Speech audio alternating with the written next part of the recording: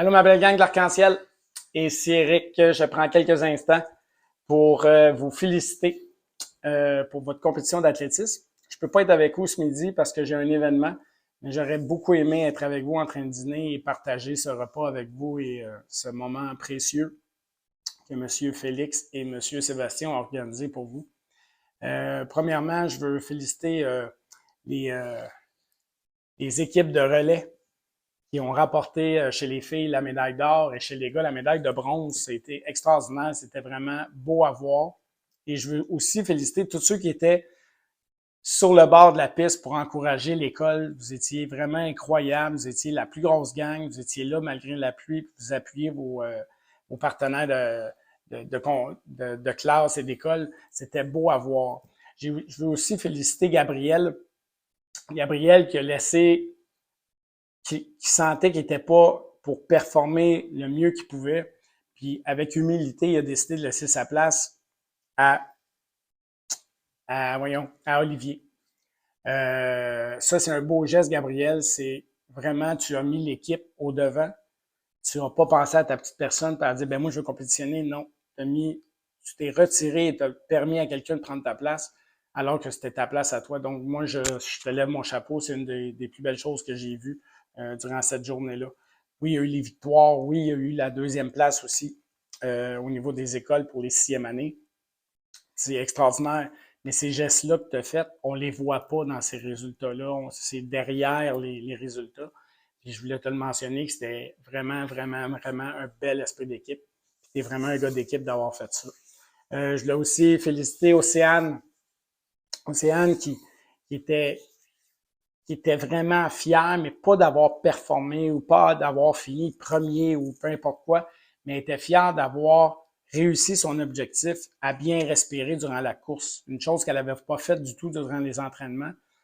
Mais moi, ce que je veux dire, Océane, c'est que tu aies pu voir ça par toi-même, c'est vraiment, vraiment, vraiment exceptionnel à l'âge que tu as. Habituellement, il faut que juste sur j'ai fini 6e, 7e ou peu importe. Tu avais un objectif, tu l'as réussi. Aussitôt que tu es arrivé de la course, tu m'as serré, c'est la première chose que tu m'as dit. Je suis vraiment fier, j'ai été capable de bien respirer durant toute la course. Donc, tu as vu ce que tu as réussi. Tu n'as pas vu le fait que tu n'as pas fini première ou deuxième ou peu importe. Ton objectif, c'était ça. C'est ça que je veux vous dire à tout le monde. Durant toute votre vie, vous allez avoir des échecs. Mais un échec, c'est pas la fin. Au contraire, ça fait partie de votre cheminement qui va faire que vous allez vous rendre à des endroits exceptionnels. Vous allez réussir des grandes choses.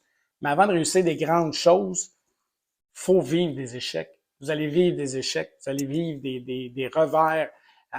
Quand vous allez aller à votre premier emploi, des fois, vous allez vous faire dire non. Il faut pas lâcher. C'est pas la fin un non. C'est pas la fin un échec. Ça fait partie du processus de devenir meilleur dans un domaine ou une meilleure personne ou quoi que ce soit. À cette journée-là, vous avez persévéré, vous avez été résilient, vous avez été déterminé.